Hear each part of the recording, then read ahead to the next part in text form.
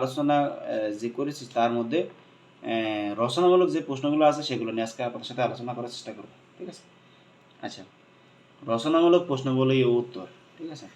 তো এর মধ্যে ফার্স্ট অফ অল যে উত্তরটা আছে সেটা হলো বাংলাদেশের অর্থনীতিতে কৃষির গুরুত্ব ভূমিকা আলোচনা করি।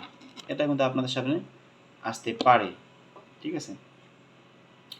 বাংলাদেশের বর্তমানে শিল্পনীতির বৈশিষ্ট্যসমূহ আলোচনা করো, এটাও আসতে পারে। ঠিক আছে? অথবা বাংলাদেশ সরকারের সাম্প্রতিক শিল্পনীতির প্রধান বৈশিষ্ট্যসমূহ আলোচনা করো। এটা কিন্তু আগে 2017 সালে এই প্রশ্নগুলো জাতীয় বিশ্ববিদ্যালয় আসছে। ঠিক আছে? এটা কিন্তু আপনাদের জন্য খুব বেশি বেশি ইম্পর্টেন্ট। ঠিক আছে?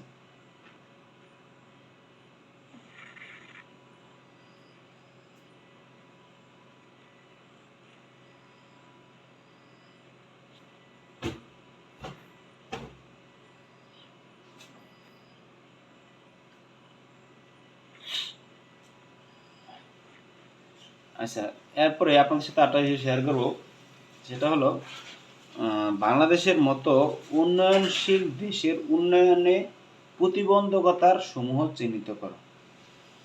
তার মানে হলো আপনারা বাংলাদেশে দেখবেন যে অনেক জায়গায় অনেক উন্নয়ন হচ্ছে, তো এই উন্নয়নের মানে বাধা সৃষ্টি করার মতো কোন বিষয়টা আছে এবং কোন বিষয়টা আপনার বাধা সৃষ্টি করতে পারে, এটা কিন্তু আপনারা এখান থেকে শিখতে পারবেন। ওকে, আচ্ছা, এবং আর একটা বিষয় হলো বাংলাদেশের তৈরি পোশাক শিল্পের সমস্যাগুলো আলোচনা করো। এটাও কিন্তু খুব একটা ভালো ইম্পর্টেন্ট প্রশ্ন। এটা 2017 সালে জাতীয় বিশ্ববিদ্যালয়ের প্রশ্নের মধ্যে ছিল। বাংলাদেশের পোশাক শিল্পের সমস্যাগুলি তুলে ধরো। এটা কিন্তু একটা খুব ইম্পর্টেন্ট প্রশ্ন, সেটা কিন্তু কি আসতে পারে। ওকে, বাংলাদেশের তৈরি পোশাক শিল্পের সমস্যাগুলো সমাধান কিভাবে করা যায়, এটা কিন্তু খুব একটা ইম্পর্টেন্ট প্রশ্ন। ঠিক আছে? এরপরে আপনাদের সামনে আরেকটা প্রশ্ন আসতে পারে, সেটা হলো বাংলাদেশের তৈরি পোশাক শিল্পের সমস্যাগুলো সমাধানের উপায় কি। এর আগেরটা ছিল সমাধান প্রসঙ্গ আলোচনা করা, এবং এটা হলো সমাধান আলোচনা। তার মানে দুইটা প্রশ্ন কিন্তু একই উত্তর একই সব, কিন্তু আপনি যদি চান তো এটা কিন্তু একইভাবে লিখতে পারেন, বা প্রশ্ন দেখে কিন্তু ঘাবড়াবেন না, একই প্রশ্ন একই উত্তর। ঠিক আছে?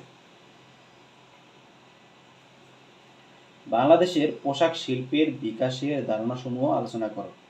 বাংলাদেশের পোশাক শিল্পের যে আলোচনাগুলো করা হয়েছে সেগুলো কিন্তু আপনারা চাইলে খুব অল্প সময়ে বা 10 মিনিট বা 15 মিনিট যদি ভিডিওগুলো দেখেন তাহলে হয়তো আপনারা বুঝতে পারবেন, কারণ আমি ডিটেলসে আলোচনা করেছি প্রশ্নগুলোতে। এবং আরেকটা আছে, সেটা হলো বাংলাদেশের পোশাক শিল্পের বাংলাদেশের তৈরি পোশাক শিল্পের ভবিষ্যৎ সম্ভাবনা আলোচনা করো। কারণ বাংলাদেশের এখন বর্তমানে যেই আলোচনাগুলো করা হয় বা পোশাক শিল্প নিয়ে যেই শিল্প কারখানাগুলো কলকারখানাগুলো তৈরি হয়ে উঠছে, এগুলো কিন্তু ভবিষ্যতে অনেক ভালো আকারে প্রসার লাভ করবে। হয়তো বাংলাদেশের পোশাক বাংলাদেশের মানুষ পরে না, কিন্তু বাংলাদেশের মানুষ তো বাংলাদেশেই বসবাস করে, তাই না? কিন্তু অন্য অন্য দেশের রপ্তানি করতে গিয়ে বাংলাদেশের মানুষ কিন্তু সেই পোশাক কিন্তু কি পরতে পারে না বা পরে না। ওকে, যেমন এখন বলতে গেলে দেখা যায় যে আমরা এই বাংলাদেশের মানুষেরা অন্য জায়গায় পোশাক কিন্তু সেল করে দিই, কিন্তু নিজেরা আমরা পরি না। ওকে, ওই জন্য একই কথাটা বললাম। তো আপনারা অবশ্যই বুঝতে পারছেন যে পোশাকগুলো বাংলাদেশের জন্য কত একটা বড় একটা মানে আয় আয় নিয়ে আসে শুধুমাত্র এই কারণে। ঠিক আছে? তা আমাদের আরেকটা ক্লাস আছে, সেটা হলো লাস্ট ক্লাস আমি আপনাদের সামনে অনেক তখন ক্লাস হবে না, সেটা কিন্তু আপনাদের রিভিউ ক্লাস। আমি আপনাদের সাথে কিছু কথা বলবো এবং যা যা নিয়ে আলোচনা করছি সেগুলো নিয়ে আপনাদের সাথে আমি বিস্তারিত আলোচনা করার চেষ্টা করবো। ঠিক আছে? তো আপনারা অবশ্যই সেই ক্লাসটা দেখার চেষ্টা করবেন এবং আমার জন্য দোয়া করবেন, আমি আপনাদের সাথে যেন আরও পরবর্তীতে নেক্সট ক্লাস নিয়ে আসতে পারি।